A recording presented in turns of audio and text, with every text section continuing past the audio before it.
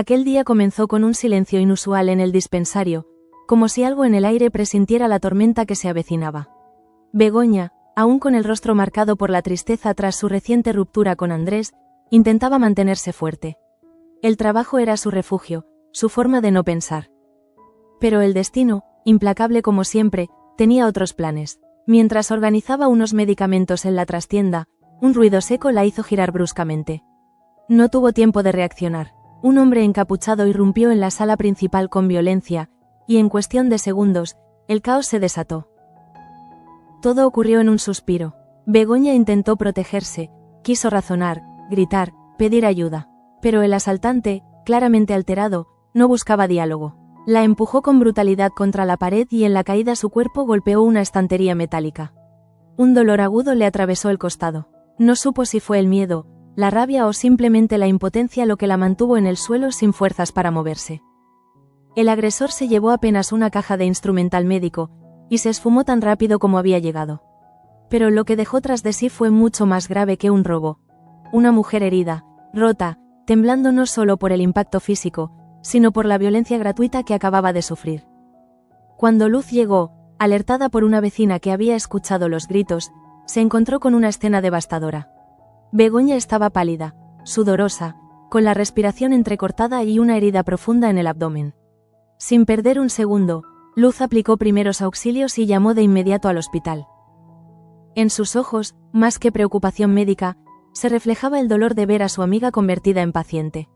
Ella sabía lo que significaba para Begoña ese dispensario, lo mucho que había dado por los demás, y ahora la vida le devolvía un golpe tan injusto como inesperado. Mientras tanto, en otro rincón del pueblo, Andrés recibía la noticia como una bofetada en pleno rostro. Había intentado distanciarse, convencerse de que su historia con Begoña había terminado, que era lo mejor para ambos. Pero bastó con escuchar que ella había sido víctima de un asalto para que todo ese muro de aparente indiferencia se derrumbara. No preguntó nada más, tomó las llaves, salió corriendo, y lo único que repetía en su cabeza era una frase: que esté viva. Que no sea grave, que pueda verla. En el hospital, Begoña se debatía entre la conciencia y la inconsciencia. Luz no se separaba de su lado, dándole indicaciones a los enfermeros y haciendo todo lo posible por estabilizarla. El diagnóstico era reservado: fractura de costilla, posible hemorragia interna y una contusión en la cabeza. Pero lo más alarmante era el estado emocional en el que se encontraba. Ni siquiera podía articular palabras. Sus ojos, normalmente llenos de firmeza, estaban ahora opacos, como si algo dentro de ella se hubiese quebrado definitivamente. Justo en ese momento, Gabriel ejecutaba su propio plan en las sombras. Había esperado pacientemente que Cristina dejara su bolso sin vigilancia durante la reunión del comité médico.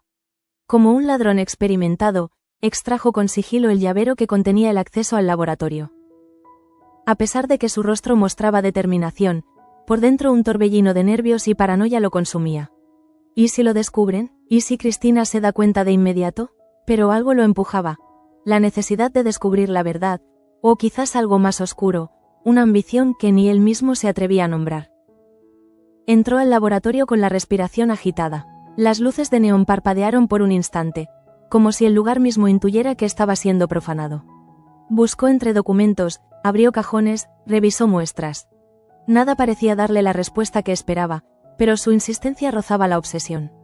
No sabía aún qué buscaba exactamente, pero estaba convencido de que algo importante se ocultaba allí, algo que cambiaría su destino, o lo condenaría para siempre. Mientras tanto, Damián observaba desde la distancia. Había notado desde hacía días ciertos comportamientos extraños en su sobrino. Las ausencias, las excusas vagas, el nerviosismo. Y ahora, después de una conversación sospechosa entre Gabriel e Irene, algo dentro de él se encendió. No podía permitir que su sobrina quedara atrapada en un juego que no comprendía. Así que decidió seguirlo, a escondidas, sin que se diera cuenta. Lo que descubriera, lo enfrentaría solo. Pero lo que no imaginaba era que las respuestas que buscaba podían volverse contra él. En un ambiente muy distinto, Fina y Marta compartían una conversación que, aunque aparentemente tranquila, escondía una profundidad emocional abrumadora. Sentadas en un banco del jardín, entre susurros y silencios largos, Fina confesó su mayor miedo: tengo pánico a no ser capaz de ser madre. No por el cuerpo, por el alma. Marta, que había recorrido un camino diferente pero igual de intenso, la miró con ternura. Ser madre no siempre es algo que se elige. A veces te elige a ti. Y eso, Fina, eso es lo que da más miedo. Aquel instante entre ambas mujeres fue un oasis de sinceridad en medio del caos que envolvía al resto de personajes. Gemma, como siempre, mantenía su agenda en movimiento. Aunque la situación de Begoña la había conmocionado, no podía dejar que todo se detuviera. Encargó a Theo, el joven fotógrafo que admiraba desde hace tiempo, una serie de retratos artísticos para una exposición que planeaba organizar. Le dio directrices claras, pero también le dejó espacio para la creatividad. Quiero que captures la verdad, no solo las sonrisas, le dijo. Aquella frase quedó resonando en la mente de Theo mientras preparaba su equipo, sintiendo que aquel encargo era más que un trabajo. Era una forma de expresarse. Don Pedro, ajeno a muchas de las tragedias que se desarrollaban a su alrededor, seguía moviendo fichas en su particular tablero de ajedrez. Tras haber conquistado la confianza de Joaquín, su próximo objetivo era Luis. Sabía que no sería fácil, pero también sabía que Luis tenía debilidades, y él era un experto en convertir debilidades en oportunidades. Lo citó en su despacho, con una copa de brandy y una sonrisa calculada. Creo que juntos podríamos hacer grandes cosas por este lugar, por su gente, y por nosotros mismos. Luis, aunque receloso, escuchó en silencio. La partida apenas comenzaba.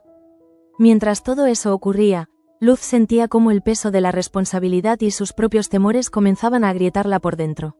Había salvado a Begoña, sí, pero cada vez que la miraba en aquella cama, cada vez que la veía tan frágil, algo en su interior se removía. Y no solo por su amiga, sino porque ese rostro pálido le recordaba una pregunta que llevaba semanas evitando. ¿Y si yo no estoy lista para ser madre? Aunque todos piensen que sí, aunque mi marido lo desee tanto. ¿Y si no soy suficiente? Esa noche, en el hospital, Andrés entró en la habitación sin pedir permiso. Se quedó en la puerta, paralizado. Begoña dormía, conectada a suero, con el rostro vendado y la respiración aún inestable. Luz lo vio desde el pasillo y no dijo nada. Solo asintió levemente, como concediéndole un derecho que nadie más podía discutir. Andrés se acercó, tomó su mano, y por primera vez en mucho tiempo, se permitió llorar. Y en ese instante, sin decir una palabra, todo volvió a su lugar. Porque aunque el amor haya terminado, hay vínculos que ni la ruptura ni el tiempo pueden destruir. Al amanecer, el hospital aún mantenía el murmullo constante de pasillos agitados y luces blancas que nunca se apagaban. Pero en la habitación 214, donde reposaba Begoña, todo se reducía al sonido regular del monitor cardíaco y al suave vaivén del suero. Andrés seguía ahí, sentado a su lado, con las manos entrelazadas sobre las rodillas, observando cada movimiento de su respiración. No se atrevía a tocarla de nuevo, como si aquel gesto de ternura que tuvo en la madrugada hubiese sido ya un exceso. Sin embargo, no podía marcharse, no después de haber sentido el abismo tan cerca. La posibilidad de perderla lo había sacudido como ningún adiós lo había hecho antes. Poco después, Luz entró con su bata de médico y una expresión de preocupación disfrazada de profesionalismo. Le susurró un saludo a Andrés, revisó las constantes de Begoña y luego, con voz suave, le informó, estable, pero no fuera de peligro. Tendrá que quedarse en observación unos días, y emocionalmente, va a necesitar mucho más tiempo. Andrés asintió, sin mirarla. Quería preguntarle tantas cosas, pero el nudo en su garganta se lo impedía. Finalmente, se limitó a murmurar, gracias, Luz, por estar aquí, por salvarla. Luz sonrió con una tristeza silenciosa y salió sin añadir nada más. Mientras tanto, en la casa de Cristina, el caos se desataba. Había descubierto la ausencia de sus llaves y, al revisarlas una por una, notó que solo faltaba la del laboratorio. Su primer impulso fue acusar a la joven enfermera que solía ayudarla, pero rápidamente descartó esa idea. Había algo más, algo que le rondaba desde hacía días, Gabriel. Recordó aquel encuentro en el pasillo, su manera evasiva de hablar, su insistencia en entrar en zonas restringidas. Una sospecha se dibujó en su mente, tan clara como la luz del sol. No podía probarlo aún, pero algo le decía que él estaba detrás. Y si sus sospechas eran ciertas, el escándalo podía ser devastador. Gabriel, por su parte, había pasado toda la noche encerrado en su habitación. Los documentos que había robado del laboratorio estaban esparcidos sobre su escritorio, y él los examinaba con ojos febriles. Había encontrado datos, resultados de pruebas, informes sobre sustancias que no entendía del todo. Pero lo que más lo inquietaba era un nombre que se repetía una y otra vez: Proyecto Aurora. No sabía qué era, pero intuía que Cristina lo había estado desarrollando en secreto. ¿Una fórmula? ¿Un compuesto experimental? ¿Y por qué tanto secreto? La adrenalina lo mantenía despierto, pero también lo estaba consumiendo. Sabía que estaba jugando con fuego. Y lo peor, ya no podía retroceder. Damián, ajeno a los detalles pero cada vez más convencido de que su sobrino ocultaba algo grande, decidió seguirlo esa mañana. Vio cómo Gabriel salía con una mochila a la espalda, con pasos rápidos y dirección incierta. Lo siguió a distancia, cruzando callejones y mercados, hasta que lo perdió cerca del viejo depósito del hospital abandonado. Decidió esperar, oculto entre sombras. Minutos después, vio cómo Gabriel salía con expresión nerviosa, ajustando la mochila contra el pecho. Algo llevaba dentro, algo importante. Damián no dijo nada, no confrontó, solo anotó mentalmente cada detalle, y prometió llegar al fondo de todo aquello, aunque eso significara enfrentarse a su propia familia. En otro lugar, Marta terminaba de preparar el desayuno cuando recibió la visita inesperada de Fina. No venía por cortesía ni por compromiso, venía porque necesitaba hablar. ¿Puedo entrar?, preguntó con voz quebrada. Marta no dijo nada, solo se apartó para dejarla pasar. Sentadas en la cocina, con el aroma del café aún flotando, Fina soltó lo que llevaba días guardando. Desde que lo intentamos con David, no dejo de pensar que el problema soy yo. Que no estoy hecha para ser madre. Que no tengo lo que se necesita. Marta, que había atravesado un proceso parecido años atrás, tomó sus manos con fuerza. Ser madre no es una capacidad, Fina. Es una herida abierta. A veces se sana con un hijo, otras veces con una decisión.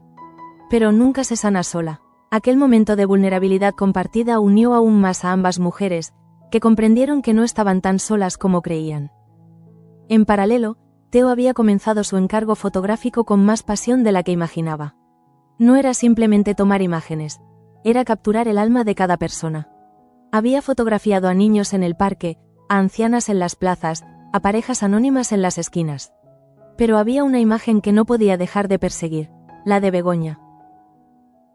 Le dolía pensar en lo que había pasado, y aunque no se atrevía a ir al hospital, deseaba que su cámara pudiera contar su historia algún día. Porque ella, más que ninguna otra, merecía ser recordada no por su herida, sino por su fuerza. Don Pedro, mientras tanto, se reunía con Luis en el club social. Con su habitual mezcla de cortesía y amenaza velada, le expuso su visión de futuro. El pueblo necesita liderazgo, y tú tienes influencia. Juntos podríamos construir algo duradero, que no dependa de favores ajenos ni de promesas vacías. Luis lo escuchaba con cautela, sabiendo que detrás de esas palabras se escondía una ambición sin límites. Pero también sabía que estaba en una posición vulnerable, y rechazarlo podía costarle más que una oportunidad. Así que, con voz neutra, dijo: «Déjame pensarlo. Esto no es cualquier decisión». Don Pedro sonrió, sabía que lo tenía cerca. A medida que avanzaba el día, el hospital comenzaba a recibir visitas para Begoña. Primero fue Irene, luego Carmen, incluso Valero se asomó con una flor robada de un jardín vecino. Pero fue Luz quien decidió, finalmente, hablar con ella cuando despertó. Sentada junto a la cama, le tomó la mano y le dijo con voz temblorosa: «Estás viva, Begoña. Y eso es lo único que importa ahora. Lo demás, lo vamos enfrentando poco a poco». Begoña, con la mirada aún perdida, murmuró apenas: «No recuerdo su rostro». Solo el miedo. Un silencio largo se instaló entre ambas, hasta que Luz añadió: «No necesitas recordar el rostro. Solo necesitas recordar que no estás sola». Y aunque aquellas palabras fueron sinceras, Luz no pudo evitar sentir que mentía un poco. Porque ella sí se sentía sola, cada vez más lejana de ese ideal de maternidad que todos esperaban de ella. No se lo había dicho a su marido. No aún. ¿Cómo explicarle que la idea de tener un hijo la aterraba más que cualquier operación?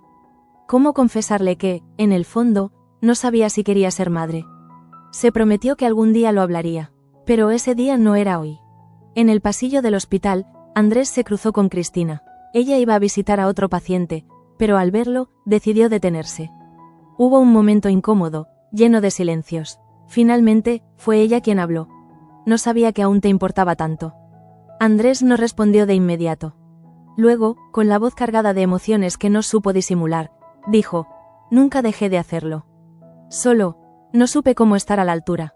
Cristina asintió. «Nadie lo sabe, Andrés. Solo intentamos. Y fallamos». Aquella conversación breve dejó más heridas que alivios. Pero también abrió una puerta. La de la sinceridad. En una habitación contigua, el monitor de Begoña seguía su ritmo constante. Luz revisaba los informes, Gabriel leía de lejos los movimientos de los médicos y Andrés, una vez más, tomaba asiento junto a su cama. El día había comenzado con angustia, pero se acercaba el atardecer, y con él la promesa de una noche más tranquila. O al menos, eso deseaban todos. Pero en Sueños de Libertad, nada es tan sencillo, porque cada calma es solo el preludio de una nueva tormenta. Proprio in quel momento, mentre l'ospedale sembrava rallentare i suoi battiti, come se voles accompagnare il ritmo lento della guarigione di Begoña, qualcosa si agitava nuovamente nel ventre della trama. Gabriel, nascosto nel magazzino del laboratorio, stringeva tra le mani una fiala trasparente con un'etisetta robinata. Era Sio che aveva cercato? Non lo sapeva con certezza, ma sentiva che conteneva un segreto. Un pericolo, o una risposta. Fece scorrere il liquido tra le dita, osservandolo alla luce fioca della finestra chiusa. Un nome inciso sul vetro sembrava quasi cancellato, Aurora 19. Il cuore gli martellava nel petto. Decis che era il momento di andarsene. Uscì con cautela, rimettendo tutto al proprio posto, cancellando le tracce come un ladro che non vuole lasciare nemmeno l'odor del suo passaggio. Ma non sapeva che qualcuno, a distanza, lo aveva visto. Una figura nell'ombra, Damián. Nel frattempo, dentro la stanza 214, Begoña si sforzava di non piangere. Ogni movimento le costava un dolore sordo, ma ciò che la faceva davvero meglio era il vuoto. La sensazione di aver perso il controllo. Di essere diventata la donna ferita, fragile, che tutti guardano con pena. E lei detestava quella posizione. Aveva lottato tanto per essere forte, per non farsi schiacciare dai drammi sentimentali, dalle attese, dalla faine dell'amor con Andrés. E adesso, che era sopravvissuta a un'aggressione, non si sentiva viva. Si sentiva vuota. Fu Luz, ancora una volta, a restarle accanto con una silenziosa fedeltà. Le cambio, la flevo, le umetto, le labbra, ma soprattutto, la guardo. Con quegli occhi da donna che non giudica, che non ha bisogno di parole per capire. Non devi essere forte adesso, le disse sottovoce. Adesso devi solo respirare. E per la prima volta, Begoña chiuse gli occhi e lasciò stendere una lacrima. Senza vergogna, senza resistenza. Altrove, Gemma ricevette un messaggio da Valero. Le foto di Teo erano pronte.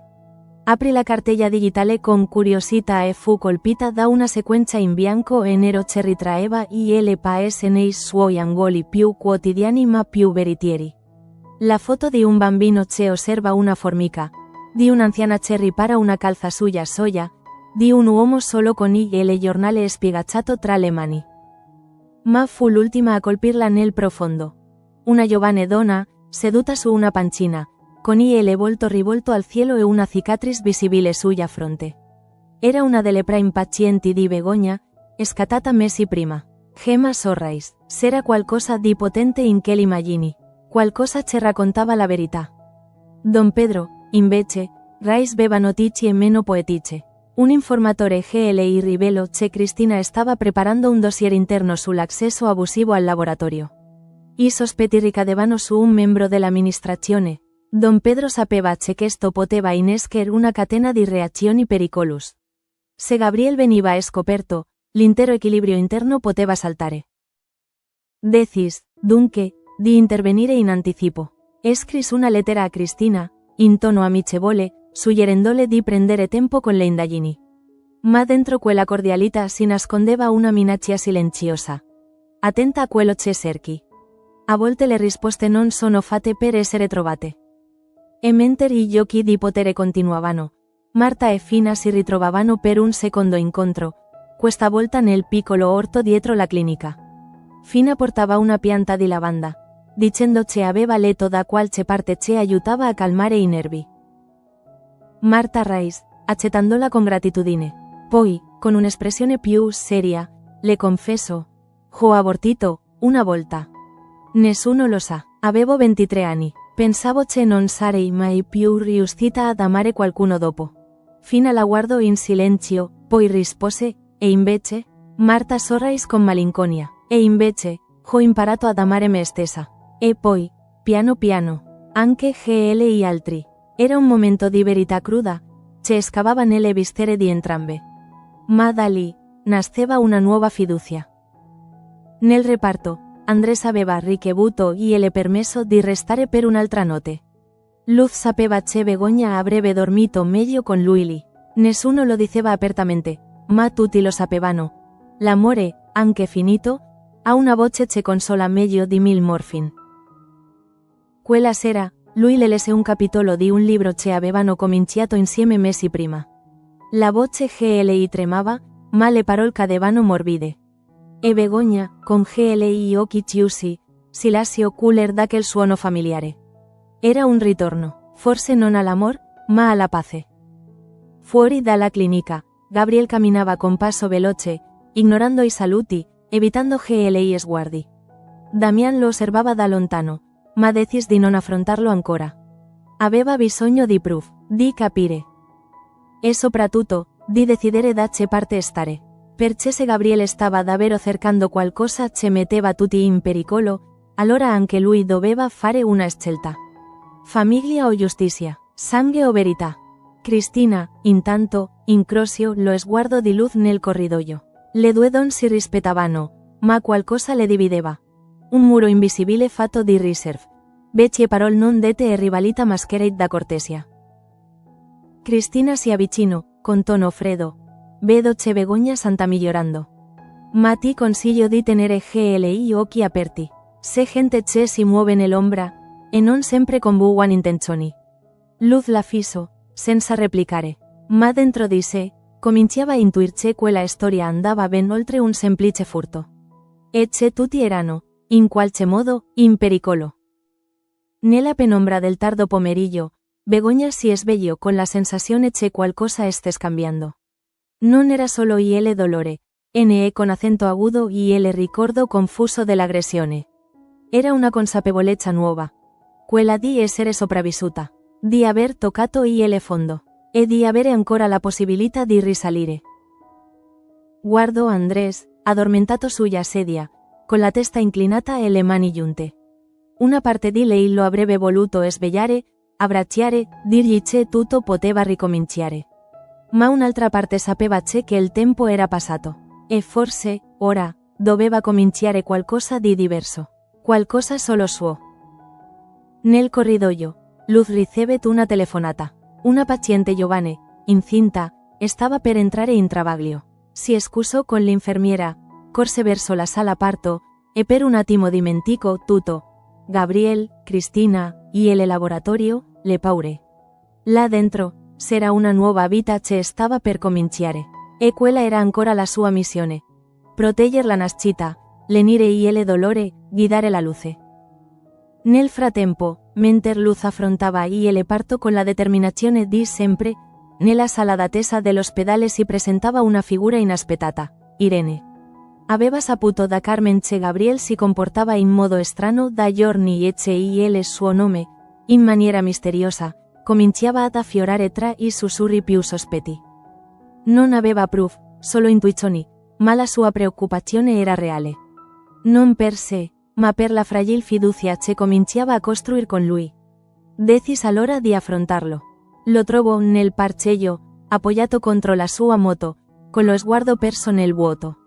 Gabriel, disse con tono fermo ma gentile. Lui si voltò di scatto, sorpreso, quasi nervoso. Non pensavo saresti venuta qui, mormorò. Lei lo osservò a lungo, poi parlò senza giri di parole. Cosa stai nascondendo? E non dirmi che non è niente, perché ti conosco. Non sei più lo stesso. Gabriel abbassò lo sguardo, le mani tremavano leggermente. Non poteva dirle la verità. Non ancora. Santo cercando risposte. Solo questo. Ma la voce GLI manco di convinzione. Irene si morse le labbra, delusa. Allora cerca di ricordarti chi sei, prima che le risposte ti portino via tutto. Nel reparto maternita, luz riuscì far nascere un bambino sano, tra urla, sudore e sollievo. Mentre teneva il neonato tra le braccia e lo porgeva alla madre esausta, per un istante si sentì piena. Non felice, ma presente. E in quella presenza trovò una briciola di verità. Forse la maternità, per lei, non era questione di biologia, ma di connessione. Di essersi, di dare alla luce qualcosa, ogni giorno. Lasciò la stanza con gli occhi lucidi e una stanchezza profonda, ma nel cuore qualcosa si era sciolto. Don Pedro, nel frattempo, riceve la visita inaspettata di Joaquín. L'uomo era agitato, portava con sé un fascicolo.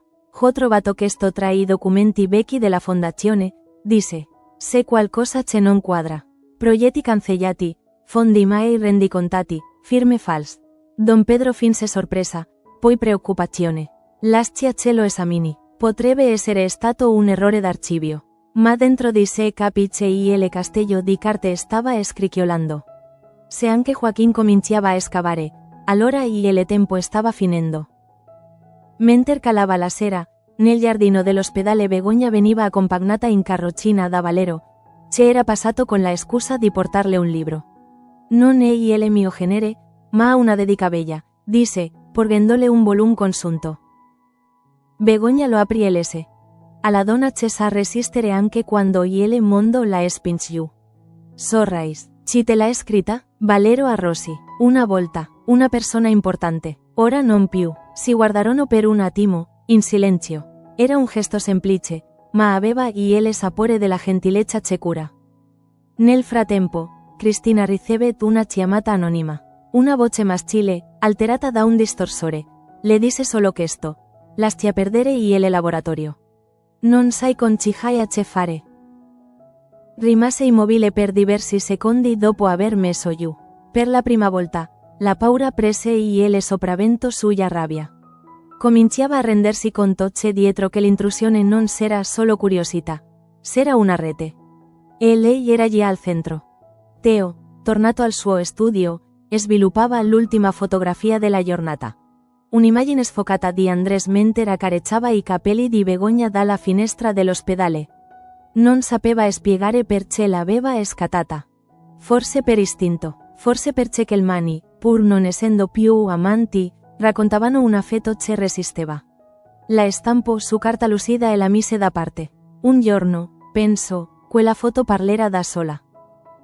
Quella sera, Andrés venne avvicinato da luz. Devi sapere che se qualcosa che non mi torna, disse lei. Gabriela ha avuto accesso al laboratorio.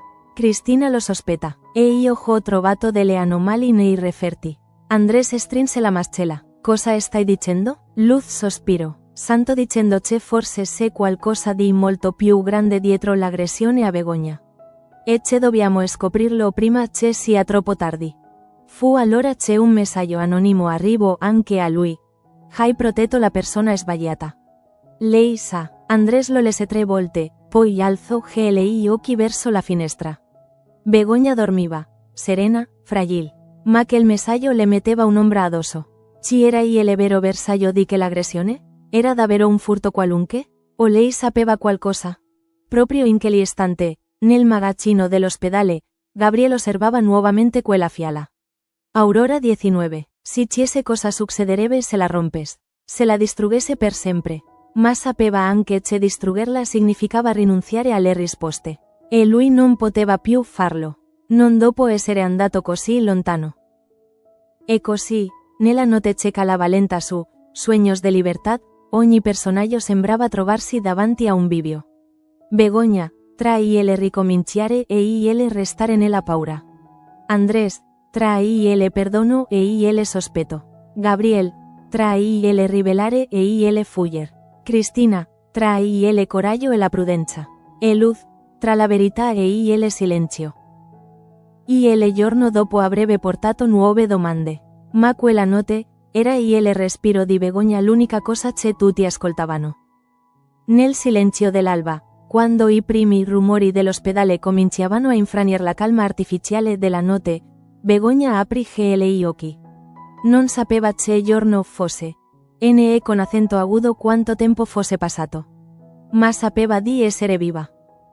E il dolore al fianco era ancora lì, pungente e profondo, ma era diventato parte di lei, come un eco del trauma che aveva subito. Guardò il soffitto, poi voltò voltò lentamente verso la finestra. La luce era tenue, aranziata, e qualcosa dentro di lei sembrava risvegliarsi con quel chiarore. Andrés dormiva ancora accanto al suo letto, con il mento appoggiato sul petto e le braccia incrociate. Sembrava esausto, ma presente. Sera, come non era stato nei giorni della loro separazione, come non era riuscito a tesersi quando lei cercava risposte, conforto, senso. Eppure, ora era lì, e quello bastava. Begoña sollevò leggermente la mano e l'appoggiò sulla sua.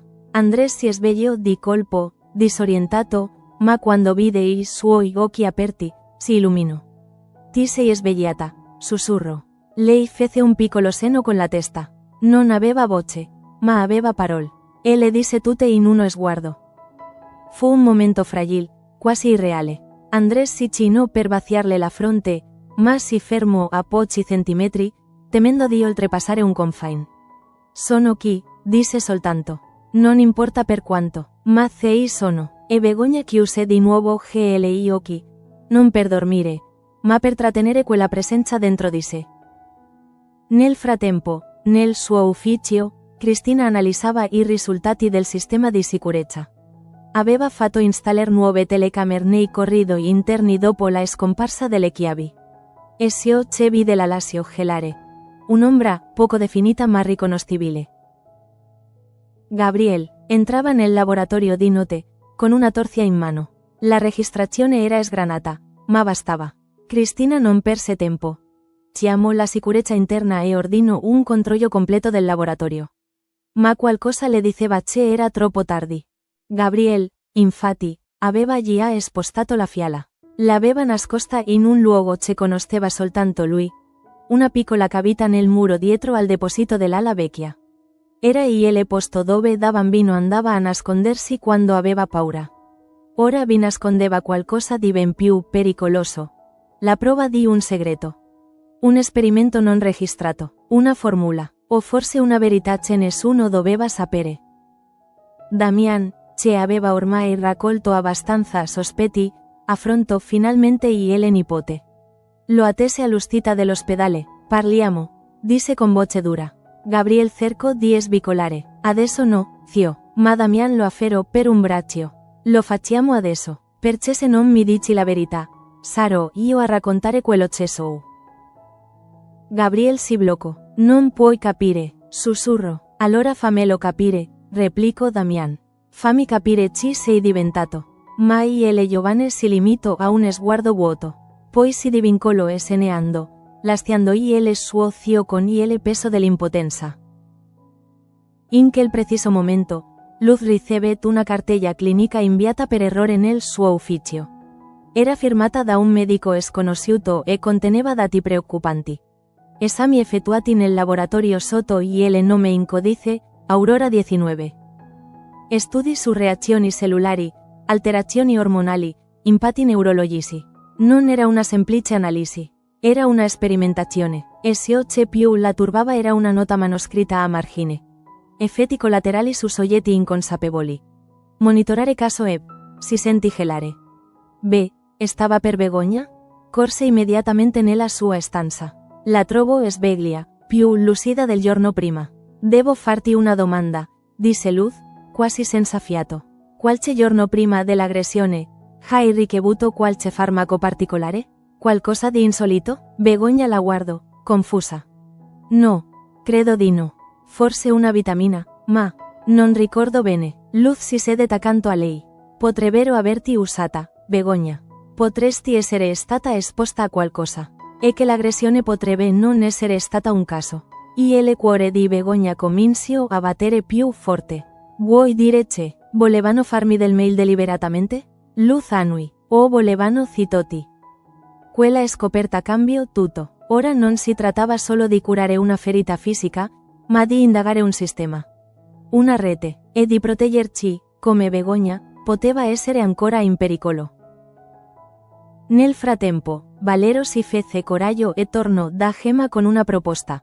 voleva organizzare una mostra delle sue foto, dedicate a sofferto in silenzio. Perché il dolore non ha sempre voce, disse. Ma può avere immagine, Gemma accetto con entusiasmo. Era il momento giusto. E forse, una di che l'immagini sarebbe stata proprio quella di Begoña. Con la sua cicatrice, con il suo sguardo che ora non fuggiva più. Nel finale del giorno, mentre il sole calava dietro i tetti dell'ospedale, Begoña guardava fuori dalla finestra. Accanto a lei, Andrés le leggeva ancora. Non un romanzo, stavolta, ma un articolo di giornale. Una storia vera. Una donna sopravvissuta a un'aggressione che aveva poi denunciato un intero sistema sanitario corrotto. Begoña lo ascoltava in silenzio. Poi, con voce fragile ma ferma, disse, forse, è il momento di parlare. Di tutto. Andrés chiuse il giornale. Ti appoggerò, qualunque cosa tu decida. Lei prese la mano. Non ho più paura. E quella frase, sussurrata tra le ombre della sera, fu il vero punto di svolta. Non solo per lei, ma per tutto ciò che sarebbe venuto. Perché a volte, il dolore diventa forza. E il silenzio